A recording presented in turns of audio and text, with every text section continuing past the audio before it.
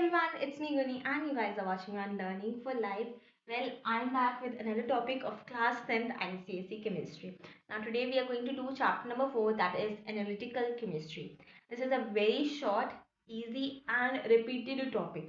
So repeated topic इसलिए because इसमें जो एक बारी चीज़ आ जाएगी अभी आप पढ़ेंगे तो वो बार बारी खुद ही रिपीट हो रही है, तो आपको इसमें अंडरस्टैंडिंग की मेजर ज़रूरत है, लर्निंग इतनी नहीं है, बट या you have to work properly and ये शॉर्ट चैप्टर है इसलिए I try to complete this in one shot today.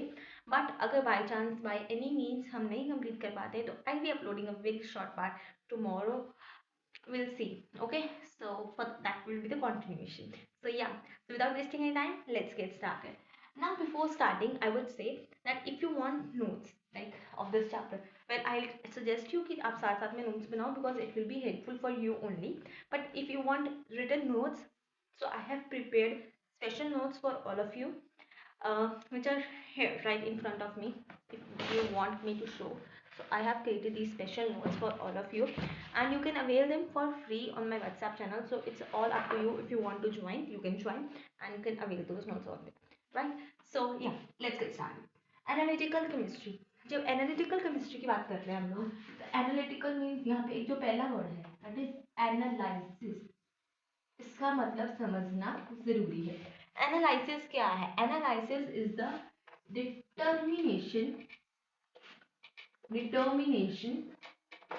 Of a given sample. मतलब कोई भी सैंपल या कोई भी चीज अगर आपको दी गई है तो उसको पहचानना, उसको डिटरमाइन करना कि वो क्या है, इज एनालिसिस. अगर मैं एक ग्लास में पानी लेके यहाँ पे रखूँ और मैं कहूँ कि ये क्या है, व्हाट यू विल से कि वाटर है, तो water will be the analysis. तो आपने उसको एनालाइज किया कि वो क्या चीज़ है और आपने आउटपुट दिया कि वो वाटर है. अब एनालिसिस फर्दर हमारे पास दो कैटेगरीज में डिवाइडेड होते हैं. Number one is qualitative and number two is quantitative. ठीक है. अब क्वालिटेटिव और क्वांटिटेटिव में डिफरेंस क्या है? क्वालिटेटिव की बात करें तो क्वालिटेटिव में we determine the unknown substance. ठीक है. अगर यहाँ पे मैं एक शुगर सॉल्यूशन लूँ, वाटर लूँ, उसके अंदर शुगर डालूँ, मिक्स कर दूँ, डिजोल्व कर दूँ, तो उसका बताना कि this is a sugar solution और इसके अंदर वाटर एंड शुगर है, that will be qualitative analysis. अब क्वांटिटेटिव में आ जाएगा to determine the composition of the given sample. So determination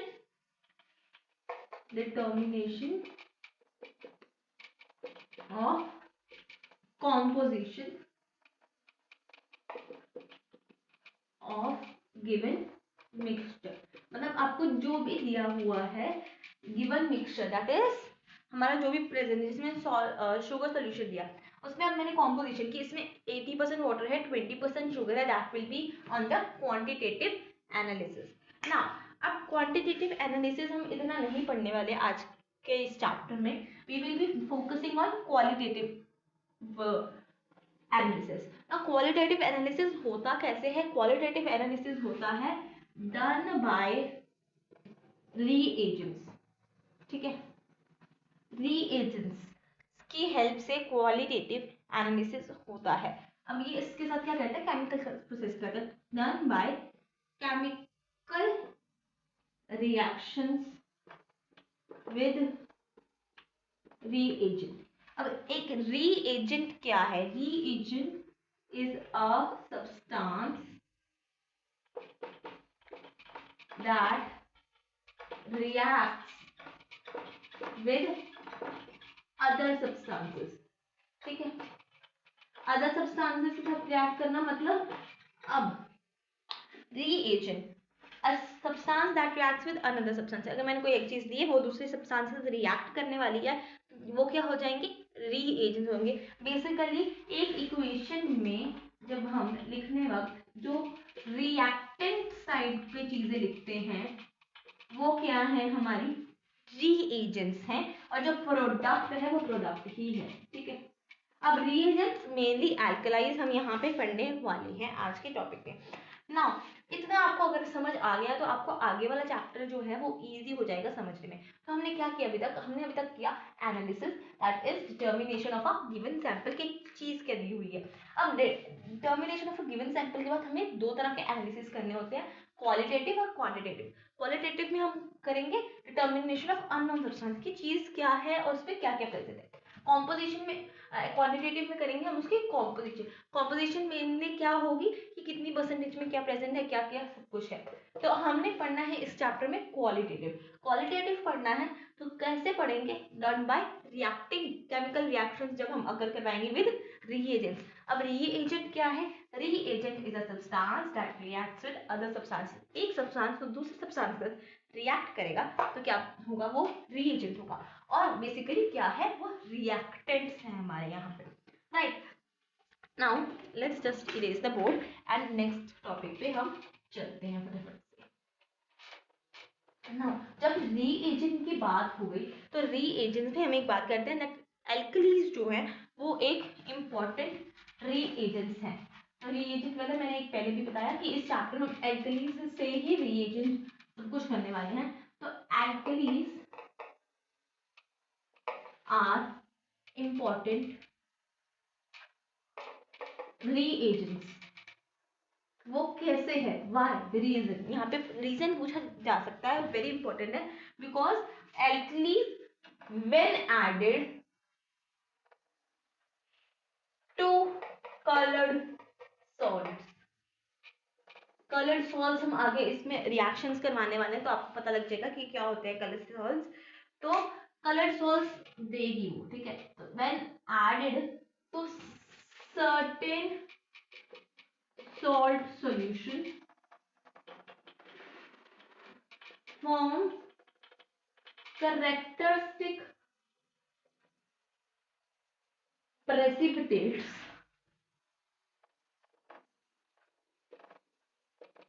which are colored, hence determine, ठीक है। तो क्या हो रहा है, जब एल्कली को आप किसी भी सॉल्ट सॉल्यूशन के साथ रिएक्ट करवाओगे तो क्या होगा, वो क्या देगा आपको, कलर्ड प्रेसिपिटेट्स देगा, कैरेक्टरिस्टिक प्रेसिपिटेट्स देगा। अब वो प्रेसिपिटेट्स हमें एनालिसिस में हेल्प करने वाले हैं, और एनालिसिस में जो भी चीज हेल्प करती है उसे हम क्या कह रहे हैं, रीएजेंट कह रहे हैं। तो मेटल हाइड्रोक्साइड्स क्या प्रेसिपिटेट बनेगा यहाँ पे, और मेटल जो है उससे क्योंकि कलर्ड होगा तो हम उससे मेटल को आइडेंटिफाई कर पाएंगे। ओके, नाउ अब coloured salts and their solutions. तो ये एक बहुत ज्यादा इंपॉर्टेंट टॉपिक है आपके बुक में and very very important, coloured salts and it's solutions.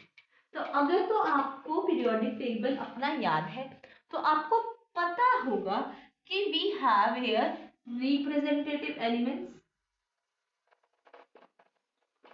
Representative elements. Representative elements कौन से होते हैं, जो कि ग्रुप 1 2 ग्रुप 1 2 और 13 to 17 तक के होते हैं।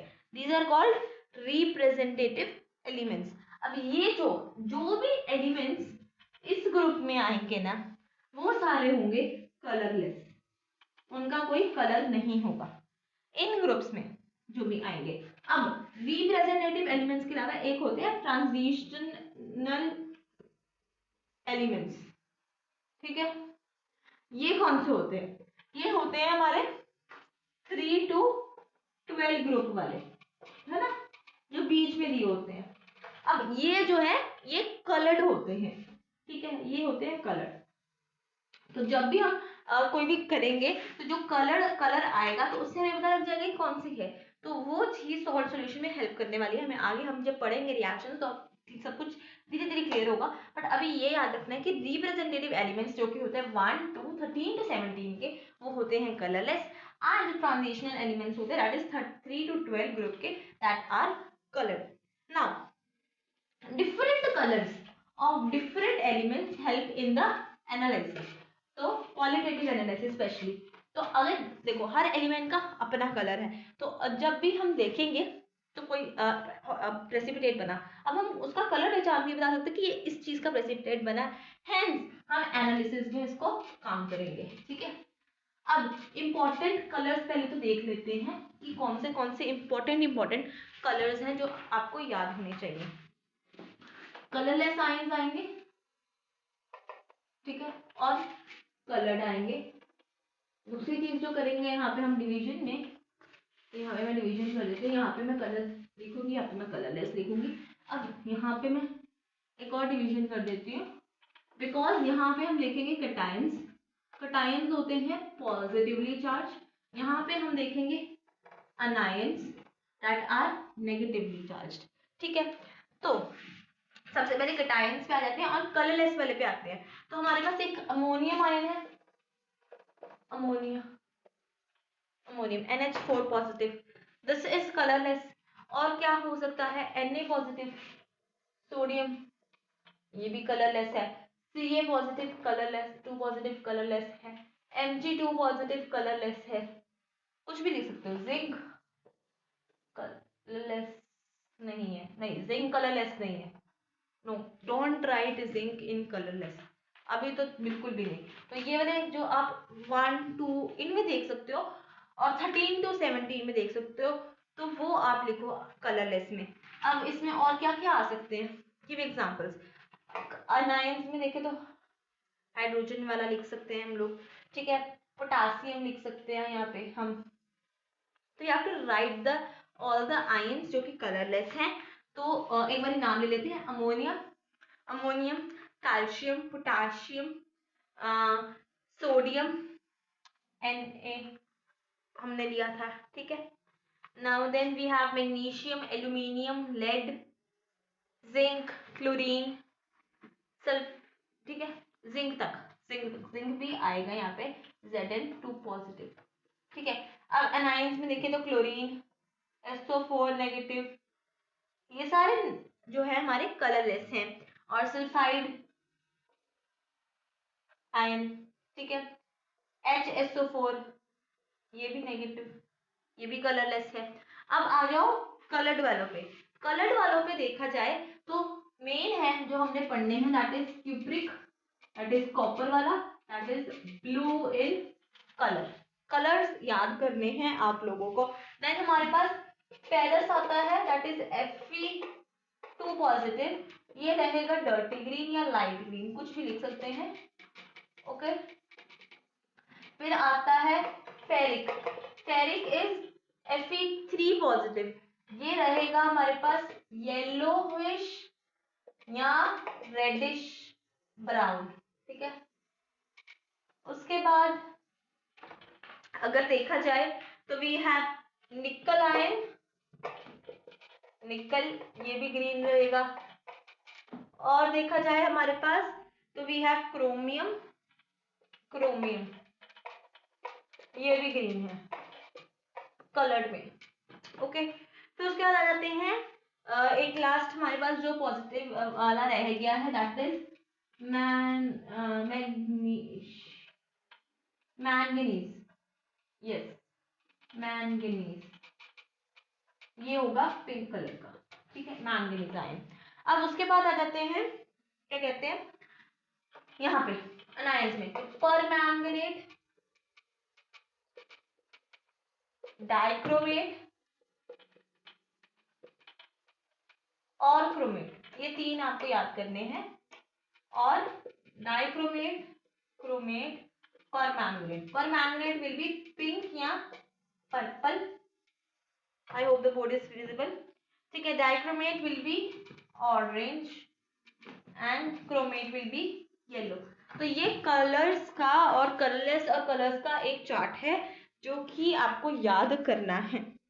अब यहाँ तक तो आ रहा है थ्योरेटिकल पार्ट, यहाँ पे इसके बाद एक डेफिनेशन भी है, यस प्रेसिपिटेशन की डेफिनेशन है, वो भी कर लेते हैं फटाफट से। उसके बाद we are going to do with start with reactions. ठीक है, आई होप यहाँ तक आपको समझ आ गया है। जिसको भी कोई भी क्वेरी है, please ask your queries in the comment section, I be sure to answer that. ठीक है, अब बात करते हैं जो जहाँ से हमारा मेन बहुत ज्यादा इंपॉर्टेंट वाला टॉपिक स्टार्ट हो रहा है, दैट इज प्रेसिपिटेशन।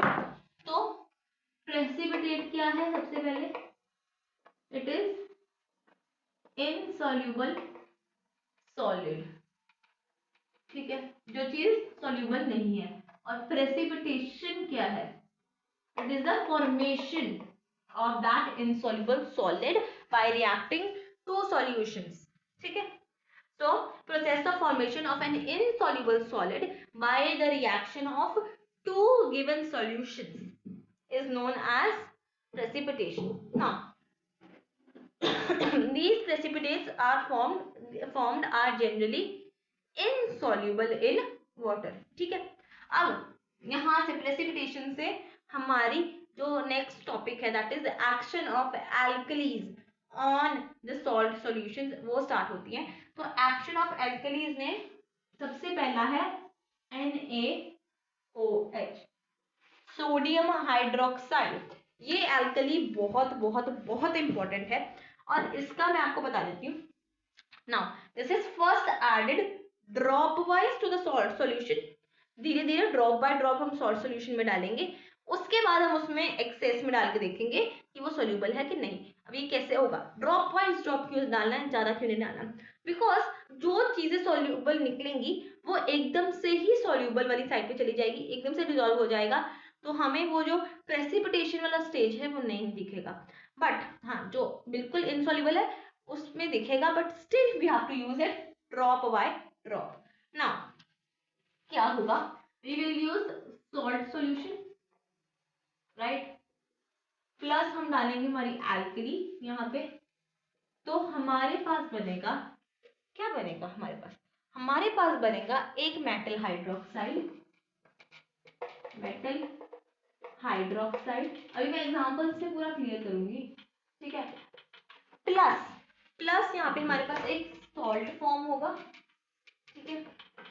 और साथ में हम साइड पे वो भी कलर्स वगैरह भी देख लेंगे, कितना सॉल्युबल है कितना नहीं सॉल्युबल, वो भी चेक करेंगे। सबसे पहला एग्जांपल ले लेते हैं कैल्शियम का। तो Ca, आप कौन सा लेना चाहोगे? कोई भी ले सकते हो, उसमें CaNO3 ट्वाइस ले लेते हैं हम लोग। एल्कली NaOH, ठीक है। मेटल हाइड्रोक्साइड, कौन सा मेटल है? Ca है, तो CaOH ट्वाइस प्लस, यहाँ पे मैं 2 लगा देती हूँ, और सॉल्ट सॉल्यूशन तो NaNO3, तो इसको मैंने बैलेंस कर दिया बाय 2, ठीक है। This is the reaction. तो ये बेसिकली डबल डिस्प्लेसमेंट रिएक्शन है। ये वाला पार्ट यहाँ से आ रहा है, ये वाला पार्ट यहाँ से आ रहा है, तो इट विल बी इजियर। तो आपको रट्टे नहीं लगाने, इसको इसके साथ कर दो, इसको इसके साथ कर दो और बाद में बैलेंस कर दो। अब यहाँ पे जो कैल्शियम हाइड्रोक्साइड बना है that is white in colour और that is sparingly soluble, sparingly soluble किसमें? excess of NaOH, जो हम यूज कर रहे हैं वहां पे NaOH, उसमें sparingly soluble है, ठीक है। ये चीज आपको ध्यान रखनी है। अब नेक्स्ट कैल्शियम वाला हो गया। नेक्स्ट हम ले लेते हैं आयरन वाले, जो फेरस फेरस ले लेते हैं, Fe2 वाला, Fe2 पॉजिटिव। तो FeSO4 twice, okay, FeSO4 no not twice, FeSO4 as it आएगा, ठीक है। FeSO4 प्लस NaOH क्या देगा? डबल डिस्प्लेसमेंट करते हैं, FeOH ट्वाइस प्लस Na2SO4, तो यहाँ पे बैलेंस कर दो, तो यह आपकी इक्वेशन बैलेंस हो गई। अब ये जो फेरस हाइड्रोक्साइड बना है that is dirty green in colour, okay, और that is insoluble in excess में ये इनसॉल्युबल होगा। वैसे ही फेरिक वाला लेंगे, FeCl3 प्लस NaOH, फिर डबल डिस्प्लेसमेंट कराओ, Fe किसके साथ जाएगा? OH के साथ, तो FeOH यहाँ पे 3 आइस आना है, वहां पे 2 था, यहाँ पे 3 है, बिकॉज वहां पे फेरस वाले के साथ हो रहा था, यहाँ पे फेरिक वाले के साथ हो रहा है। प्लस क्या होगा? NaCl, और यहाँ पे कितना NaCl बनेगा? 3 NaCl बनेगा। फिर उसके इसकी देखो ऑब्जर्वेशन देखते हैं। कलर 3 वाला है, तो हमने पीछे भी कलर्स पढ़े हैं, तो it will be reddish brown, और ये भी इनसॉल्युबल है। Okay, insoluble. अब नेक्स्ट आ जाते हैं, कॉपर के साथ करवाएंगे हम रिएक्शन। CuSO4 के साथ प्लस NaOH डाल देते हैं यहाँ पे, तो CuOH ट्वाइस प्लस Na2SO4, तो ये डबल डिस्प्लेसमेंट हमने यहाँ पे की। अब यहाँ पे जो Cu वाला है, तो हमने कॉपर का सॉल्ट किस कलर का पढ़ा था, पेल ब्लू कलर का, तो पेल ब्लू कलर का ये सॉल्ट बनेगा, और अगर इसको एक्सेस में डालोगे तो ये इनसॉल्युबल रहेगा। यहाँ तक सारे इनसॉल्युबल है, एक को छोड़ के दैट इज कैल्शियम, वो स्पेरिंगली सॉल्युबल है। बट अब दो आने वाले हैं, दैट इज जिंक और लेड, ये दोनों होंगे सोल्यूबल इन एक्सेस। अब ये जिंक और लेड यहाँ से मैं इरेज करने वाली बाकी ऊपर वाले रिएक्शंस, बिकॉज इनके साथ साथ दो रिएक्शंस हैं, बिकॉज हमने क्या करना है, उसको एक्सेस में डिसॉल्व कराना, और जब वो सॉल्यूबल है तो वो एक रिएक्शन फॉर्म होगा, इसलिए। ठीक है, तो आपको ये याद रखना है, बाकी सारे इनसॉल्युबल, कैल्शियम स्पेरिंगली सॉल्युबल, और जिंक और लेड तो फुली सॉल्युबल, इतना आपको याद रखना है।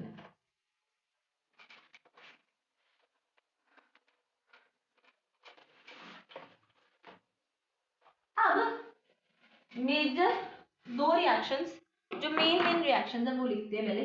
जिंक के साथ कोई भी आप ले सकते हो अपना सॉल्ट, जो भी आप चाहो, तो आई टेक जिंक सल्फेट ले लेते हैं, ZnSO4 प्लस NaOH, तो क्या देगा आपको, ZnOH2 प्लस आपको मिलेगा Na2SO4। ओके, ये जिंक का। लेड का भी ले लो, लेड का भी हम साथ में कर लेते हैं, PbNO3 twice plus NaOH gives PbOH twice plus NaNO3 2, यहाँ पे 2। तो ये आपको मैंने मेन दो रिएक्शंस लिख के दे दी, जो हमने पहले भी कर दिया।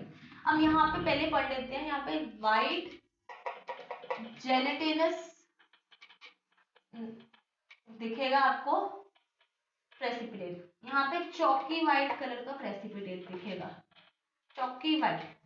ठीक है, अब साथ ही साथ दोनों क्या है, सॉल्यूबल हैं। और अब बात करते हैं कि जो यहाँ पे जिंक हाइड्रोक्साइड बना है, इसको आप इसको आप कैसे डिसॉल्व करवाने वाले हो। जिंक हाइड्रोक्साइड जो यहाँ पे बना था, हम यहाँ पे ले लेंगे, प्लस यहाँ पे फिर से NaOH डालेंगे, तो आपको यहाँ पे मिलेगा sodium zincate, that is Na2ZnO2 plus H2O। ठीक है, साथ में वाटर रिलीज होगा, तो इसको बैलेंस आउट कर लो, तो you will get something like this. Yes, ठीक है, बैलेंस आउट करने के बाद आपको ये वाली रिएक्शन मिलेगी, this is sodium zincate form. वैसे ही जब इसमें भी लेड को हमें एक्सेस में, लेड हाइड्रोक्साइड का जो प्रेसिपिटेट डालेंगे, एक्सेस में NaOH डालेंगे, तो लेड जिंकेट नहीं बनता है, it is basically lead sodium plumbite, sodium Na2PbO2, sodium plumbite plus हमारा H2O। ठीक है, सोडियम प्लम्बाइड सोडियम जिंकेट, क्योंकि सोडियम कॉमन है, Pb और Zn का ही फर्क है, तो सोडियम जिंकेट सोडियम प्लम्बाइड। अब बात करेंगे, ये हमने किया NaOH के साथ। अगर हम लोग ये रिएक्शंस के OH के साथ करते हैं, तो हमें सिमिलर ही आंसर मिलेंगे, सिमिलर ही सारी जो जो चीजें हमने यहाँ पे की है, वो चीजें ही हमें वहां पे भी मिलेंगी। इसमें सोडियम हाइड्रोक्साइड का एक लास्ट बात करेंगे रिएक्शन की, दैट इज अगर हम कोई अमोनियम सॉल्ट को रिएक्ट करवाते हैं, अमोनिया के सॉल्ट को रिएक्ट कराएंगे, तो 3 चीजें निकलेंगी, एक सॉल्ट निकलेगा, एक वाटर निकलेगा, और साथ में अमोनिया गैस निकलेगी। यहाँ पे कोई भी प्रेसिपिटेट फॉर्म नहीं होगा। एग्जाम्पल ले लेते हैं NH4Cl का। इसमें क्या प्लस करवाया हमने, NaOH। क्या निकलना था हमारा, एक सॉल्ट, तो NaCl, water H2O and NH3। तो ये हमारी रिएक्शन बनेगी, ठीक है। तो ये हमारी रिएक्शन बनती है यहाँ पे, ओके।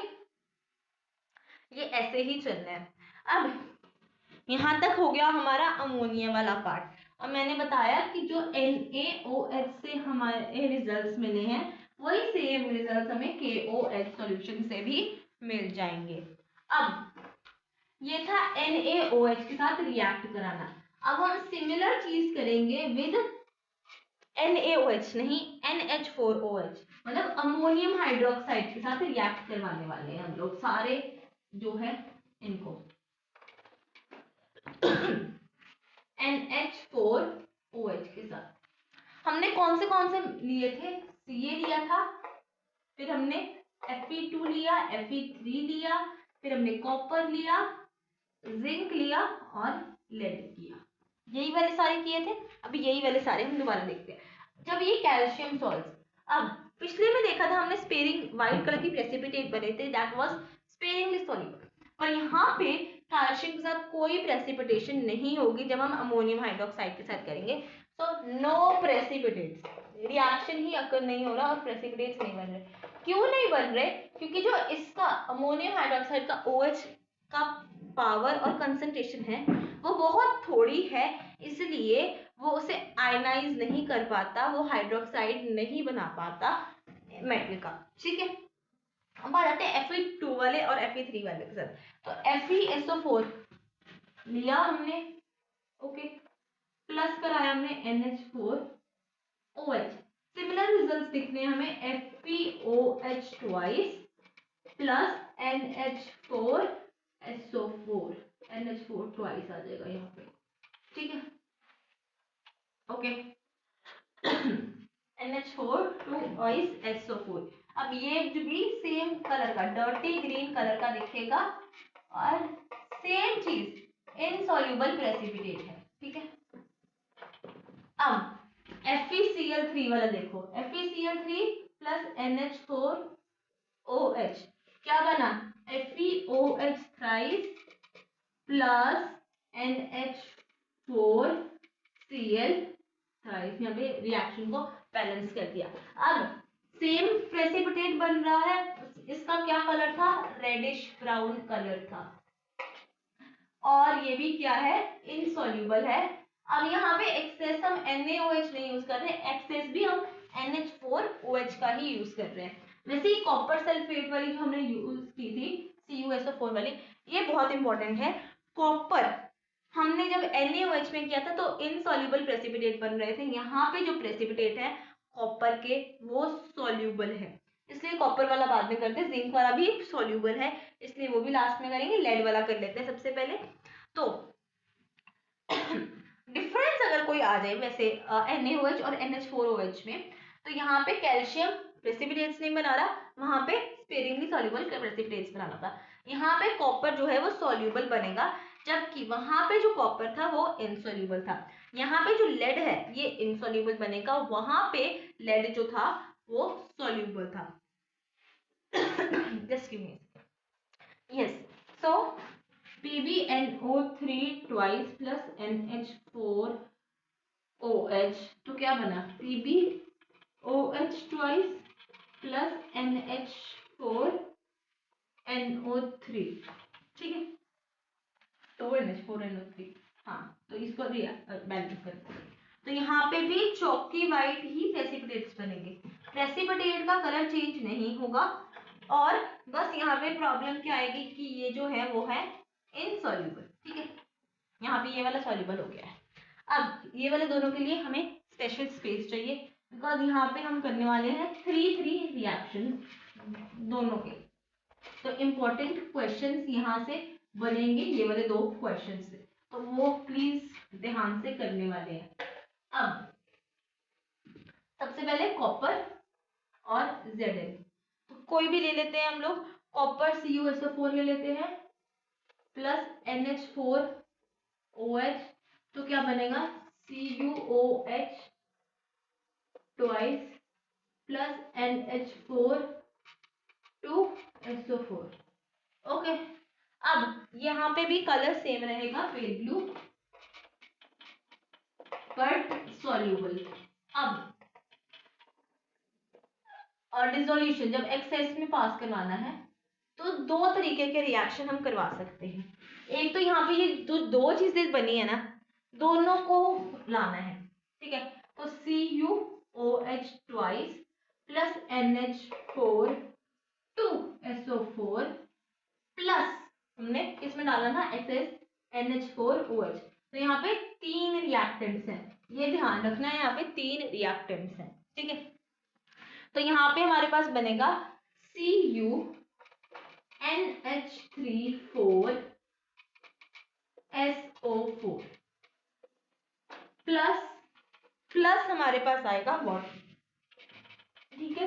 इसे कहते हैं टेट्राअमीन कॉपर 2 सल्फेट, टेट्राअमीन कॉपर 2 सल्फेट। या आप क्या कर सकते हो, आप इसको नहीं लेके आना, सिर्फ कॉपर वाले को लेके आना।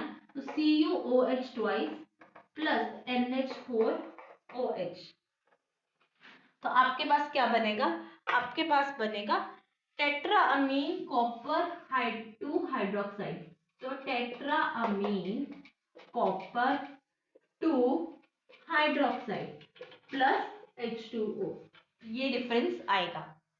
वैसे ही जिंक वाला जब करेंगे तो ZnSO4 हमने यहाँ पे लिया प्लस NH4OH डाला, तो ये रिएक्शन जो सिमिलर रिएक्शन है, जो सबसे पहले वाला रिएक्शन हो रहा है यहाँ पे, तो ZnOH twice plus NH4SO4 twice.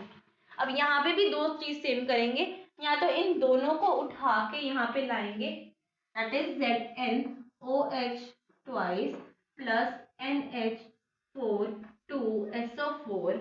gives plus NH4OH भी डालना है यहाँ पे, या हम अकेला ZnOH को ले आएंगे, ठीक है, प्लस NH4OH कर लेंगे। अब जो इसका आंसर होगा वो सिमिलर टू ऊपर वाला होगा, बस यहाँ पे कॉपर की जगह जिंक आने वाला है। तो दैट इज, और जिंक का जब हम प्रेसिपिटेट, जिंक हाइड्रोक्साइड का प्रेसिपिटेट का कलर देखें तो वाइट जेलेटिनस प्रेसिपिटेट बनने वाले हैं। तो हमारा क्या बनेगा यहाँ पे, टेट्राअमीन जिंक सल्फेट प्लस H2O, यहाँ पे क्या बन सकता है, टेट्राअमीन जिंक हाइड्रोक्साइड प्लस वाटर, ठीक है। तो इट्स अप टू यू, आपको कौन सा करना है। मेजरली अगर कॉन्टिन्यूएशन में क्वेश्चन आए तो ऊपर वाला ही लिखना है, बट नीचे वाले से भी क्वेश्चन पूछा जा सकता है, क्योंकि बोर्ड का क्वेश्चन है, बोर्ड की क्लास है, तो we can not skip anything. Now major of the chapter हमारा कंप्लीट हो चुका है, बहुत थोड़ा सा टॉपिक रह गया, वो भी हम फटाफट से कंप्लीट कर लेते हैं। अब क्या करना है, जो एल्कलीज हमने ली है ना, अब उन्हें हॉट एंड कंसेंट्रेटेड कर देना है। अभी तक हमने एल्कलीज को ड्रॉप बाय ड्रॉप डाला था, अब हम हॉट एंड कंसेंट्रेटेड एल्कलीज में सीधा हमारे सॉल्ट सॉल्यूशंस लेंगे, मेटल डालेंगे। फर्क ये है, वहां पे हमने सॉल्यूशन यूज किया था, मेटल सॉल्यूशन यूज किया था, सॉल्ट सॉल्यूशन यूज किया था जिसे हम कहते हैं। यहाँ पे हम सीधा मेटल का मेटल ही डालेंगे और कुछ नहीं डालेंगे। तो जैसे NaOH ही लिया था हमने, NaOH, वहां पे हमने जिंक सल्फेट डाला था, हम सीधा जिंक डालेंगे, तो बनना वही चीजें हैं, that is Na2ZnO2 sodium zincate. ये पीछे भी रिएक्शन में पड़ा था, तो सोडियम जिंकेट बन रहा है, प्लस यहाँ पे हाइड्रोजन गैस जो है वो लिबरेट हुई। ये हर किसी में एक वो हमारा यहाँ पे एक सॉल्ट बनेगा प्लस हाइड्रोजन गैस लिबरेट होगी। हम Zn को यहाँ पे KOH सॉल्यूशन के साथ भी कर सकते थे, तो हम यहाँ पे ये क्या बन जाना था, पोटेशियम जिंकेट बन जाना था, प्लस हाइड्रोजन गैस हमारी इवॉल्व हो जानी थी। वैसे ही अगर हम बात करें अब आ गया एल्यूमिनियम। यहाँ पे 3 चीजों के साथ ही हमें रिएक्ट करवाना है, जिंक, एल्यूमिनियम, लेड। 3 सिर्फ, जिंक, एल्यूमिनियम, लेड। अब एल्यूमिनियम, जब भी एल्यूमिनियम के साथ किसी चीज को रिएक्ट करवाना है तो उसमें वाटर डालना है, बिकॉज हमें फॉर्म करना है मेटा एल्यूमिनेट। इसलिए तो NaOH के साथ जब हम एल्यूमिनियम डालेंगे, ठीक है, यहाँ पे हम प्लस करेंगे वाटर को, ठीक है, यहाँ पे वाटर ऐड करना जरूरी है। तो यहाँ पे आपको मिलेगा 2NaLaLO2 प्लस H2 गैस तो हमारी निकलनी है। इसका नाम है sodium meta aluminate, sodium meta aluminate, ठीक है।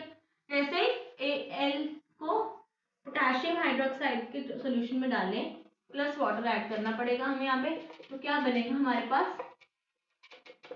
हाइड्रोजन गैस, और सोडियम मेटा एल्यूमिनेट था, पोटेशियम मेटा एल्यूमिनेट बन गया, ठीक है। और अगर बिना वाटर के ये रिएक्शन आप बनाते हो तो Al प्लस NaOH, तो आपका ये रिएक्शन बनने वाला है कुछ NaAlO3 ऐसा कुछ, ठीक है। बट यहाँ पे ये सोडियम एल्यूमिनेट है, ये मेटा एल्यूमिनेट नहीं है। दिस इज सोडियम एल्यूमिनेट, ठीक है, सोडियम एल्यूमिनेट। अब बात कर ली जाए, यहाँ पे भी 3 है तो Na3AlO3 सोडियम एल्यूमिनेट। अब लास्ट जो आ गया है दैट इज लेड वाला। लेड को हम NaOH के साथ डालेंगे, लेड को हम KOH के साथ डालेंगे, तो हमारे पास क्या बनेगा, Na2PbO2, हाँ ठीक है, plus hydrogen, K2PbO2 plus hydrogen. ये क्या है, ये दोनों हम ऊपर भी पढ़ चुके हैं पहले लास्ट में, that was sodium plumbite, potassium plumbite, ठीक है। तो sodium zincate, potassium zincate, sodium meta aluminate, potassium meta aluminate, sodium aluminate, sodium plumbite, potassium plumbite, ठीक है।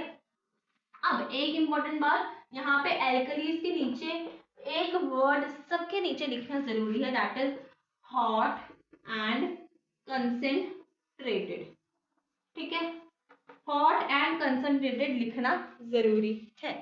उसके बाद बात करें, major portion of the chapter is complete. एक टॉपिक, सिंगल एक टॉपिक रह गया, वो भी हम आज की वीडियो में ही कवर कर लेंगे, and then your chapter will be finished, okay. नाउ जो है वो है एम्फोटेरिक का काम आ गया है। तो एम्फोटेरिक ऑक्साइड्स, 2 चीजें हैं, एम्फोटेरिक ऑक्साइड्स और हाइड्रोक्साइड्स, दोनों। वैसे एम्फोटेरिक हाइड्रोक्साइड्स और ऑक्साइड्स क्या होते हैं, एम्फोटेरिक ऑक्साइड्स और hydroxides are the substances that react both with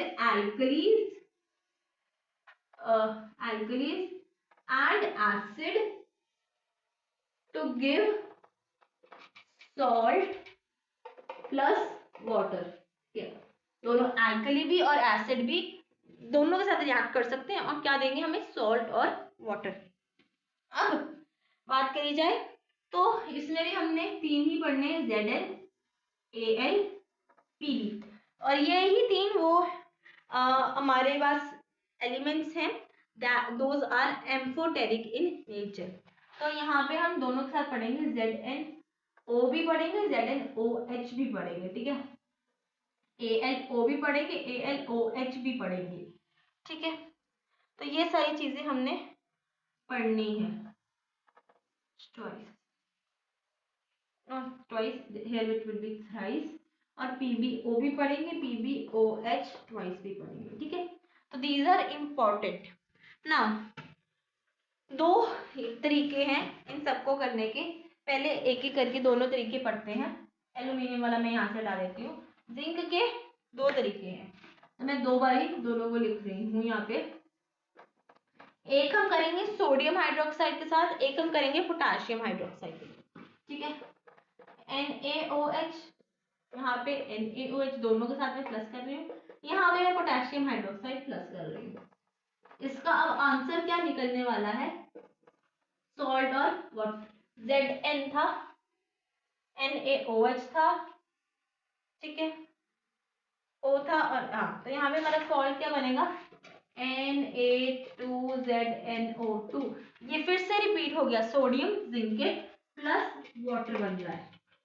वैसे यहाँ पे क्या बना है हमारा, यहाँ पे भी हमारा यही भी सॉल्ट बनेगा same, sodium zincate plus water.